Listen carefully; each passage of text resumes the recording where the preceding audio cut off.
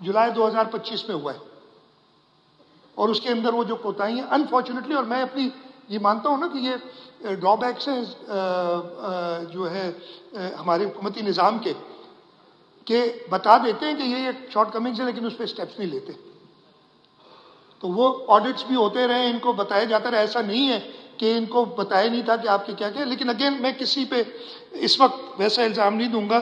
آگے جاتے ہوئے جو بلڈنگ کے آڈٹس ہو رہے ہیں وہ کنٹینیو، ہم نے وہ ڈپٹی کمشنرز کے انڈر بھی ایک آڈٹس شروع ہوئے ہیں جو کہ آخری دسمبر 2025 میں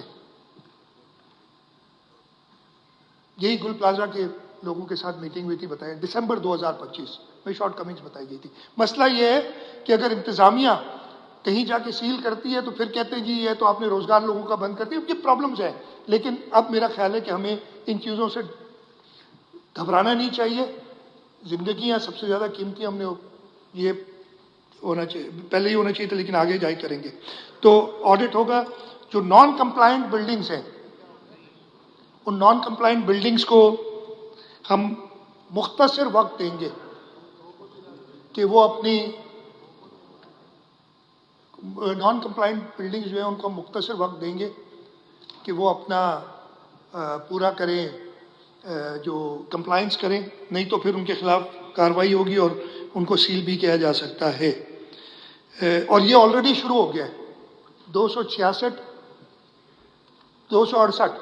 بلڈنگز کا آڈٹ یہ پچھلے 4-5 دنوں میں ہو چکا ہے. ان کو کہہ دیا گیا ہے، اور اگر انہوں نے وہ کمپلائنس نہیں کی تو ان کو سیل کر دیا جائے گا. اس کے ساتھ ساتھ ہم نے اکٹھے ہو کے یہ بھی کیا ہے کہ فریگمنٹڈ ہے بہت چیزیں. ہمارے پاس 1122 ہے، ہمارے پاس KMC کا فائر ہے، ہمارے پاس سول. اب 1122 صوبائی حکومت کے اندر ہے، KMC کی فائر سروس KMC کے انڈر ہے. سول ڈیفنس وہ 1122 ریہیبلیٹیشن ڈپارٹمنٹ کے اندر ہے. پھر ہمارا سندھ ایمرجنسی کا SIHS جو ہوتا ہے انٹیگریٹڈ ایمرجنسی ہیلتھ سروسز وہ ہیلتھ ڈپارٹمنٹ کے انڈر ہے. ہماری جو سول ڈیفنس ہے وہ ہوم ڈپارٹمنٹ کے اندر ہے. تو یہ فیصلہ کیا گیا ہے، ہم نے میئر صاحب کو بھی بٹھایا، ان ڈپارٹمنٹ کے لوگوں کو بھی بٹھایا، اور یہ فیصلہ کیا گیا کہ ان سب کو ایک ہی جگہ پہ اکٹھا کیا جائے گا. ایک جگہ پہ ہوگا تاکہ رسپانسبلٹی پراپر فکس کی جا سکے. کہ پرانا نظام جو چل رہا تھا انفارچونیٹلی میں یہ مانتا ہوں کہ پہلے یہ ساری ہونی چاہیے کہ 15-16 سال یا 17 سال ہو گئے، لیکن اتنے بڑے سانے کے بعد اگر آتے ہیں تو اس کو بھی میں یہ ریکویسٹ کروں گا کہ اس میں تنقید آپ ضرور کریں، بیجا تنقید کی بجائے آپ اگر اس کی اصلاح کے لیے کوئی تنقید کرنا چاہتے ہیں موسٹ ویلکم. میں بڑی غور سے سنتا ہوں، لیکن اگر آپ اس کے تحت اپنا کوئی ہڈن ایجنڈا چلانا چاہیں گے تو وہ آپ کو اجازت نہیں ہوگی، وہ پھر آپ زیادہ اس سے نہیں ہونا چاہ رہا. اچھا جی، ایک اور چیز جو ہم نے فیصلہ کیا، میرے پاس پرسوں وفاقی وزیر کامرس آئے تھے اور ان سے میں نے ذکر کیا ہے کہ ہمارے یہاں انشورنس کا سسٹم نہیں ہے. میں اس ایوان کے ذریعے، اور میں نے کہا ہے آلریڈی لاء ڈپارٹمنٹ کو کہ ایک لیجسلیشن تیار کریں کہ ہم مینڈیٹری یعنی انشورنس جو ہے لازمی انشورنس کا ایک قانون بنائیں، اور ہر بلڈنگ ڈفرینٹ جو ہوتے ہیں آپ کے ایسے ڈیمیج فائر کے لیے، ارتھ کوئک کے لیے، یا اور فلڈنگ کے لیے، یہ اگر نقصانات ہوتے ہیں تو اس پہ انشورنس کی جا سکے. اور وہ انشورنس کی بھی کیٹیگرائزیشن ہوگی. آبویسلی جو بلڈنگ ان ساری چیزوں پہ پوری اترتی ہے اس کا انشورنس پریمیم بہت ہی کم ہوگا، جو نہیں اترتی اس کا پریمیم زیادہ ہوگا. اگر وہ بہتر کیٹیگری میں آ جائے گا تو پریمیم کم ہو جائے گا. اس سلسلے میں ہم لیجسلیٹ کریں گے. تو یہ ساری چیزیں تھیں جو میں نے کہا گوئنگ فارورڈ، جو میں نے بتایا کہ بلڈنگوں کا آڈٹ ہو رہا ہے، اس پہ کمپلائنس بالکل سب دیکھیں گے.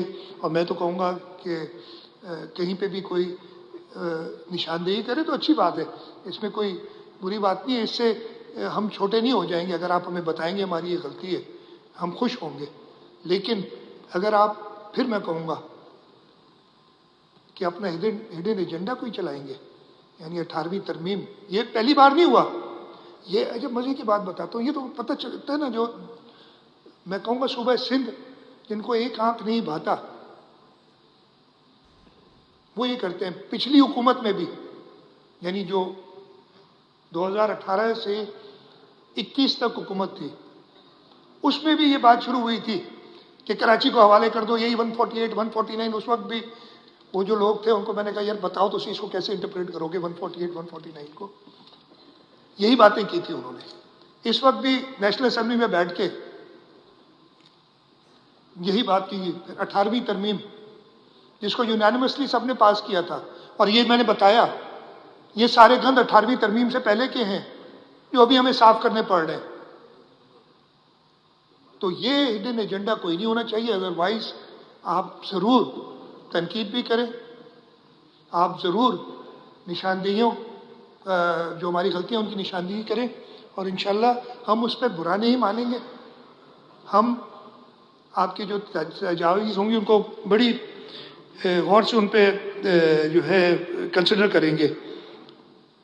تو یہ چیزیں میں کہہ رہا ہوں. آخری چیز جو میں آلریڈی کہہ چکا ہوں، میں نے ہوم منسٹر صاحب کو کہہ دیا ہے کہ FIR داخل کی جائے تاکہ اتنے لوگوں کی جو جان گئی ہے اس کی ریزنز پتہ چل سکے، سب کو چلے، اور اس سے یہ بھی فائدہ ہوگا کہ جس کو سزا ملنی ہوگی اس کو سزا بھی ملے گی. میں ایک بار پھر شکر گزار ہوں. میں پھر بتانا چاہ رہا ہوں اسپیکر صاحب آپ کی توجہ کے لیے کہ میں نے یہ اسٹیٹمنٹ دی ہے رول 261 سب رول 1 کے تحت. سب رول 2 پڑھ لیں. اس اسمبلی کے انفارمیشن کے لیے اگین مجھے ابھی کافی سال ہو گئے ادھر، بہت انسٹرومنٹس ہیں کوئی چیز ریز کرنے کا، لیکن میری اسٹیٹمنٹ کے جواب میں آپ نے پتہ ہے کہ کیسے چلانا ہے. بہت بہت شکریہ. میں ایک بار پھر جو لوگ جن کی ڈیتھس ہوئی ہیں اس اندوناک المیے کی وجہ سے، ان سب کے لیے دعا بھی کرتا ہوں، ان کے لواحقین کو صبر کی اللہ تعالیٰ طاقت دے، اس کے لیے بھی دعا کرتا ہوں.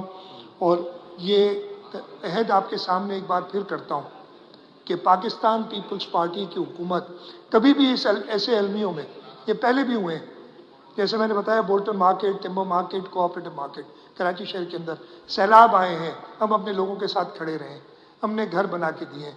جب بھی ایسے المیے آتے ہیں پاکستان پیپلز پارٹی کی لیڈرشپ اور پاکستان پیپلز پارٹی کی حکومت ہمیشہ لوگوں کے ساتھ کھڑی رہتی ہے. ان کی جو دکھ ہے اس میں برابر کے شریک ہوتے ہیں، اور اس کے ساتھ ساتھ ان کا ازالہ کرنے کی بھی حتی الامکان کوشش کرتے ہیں.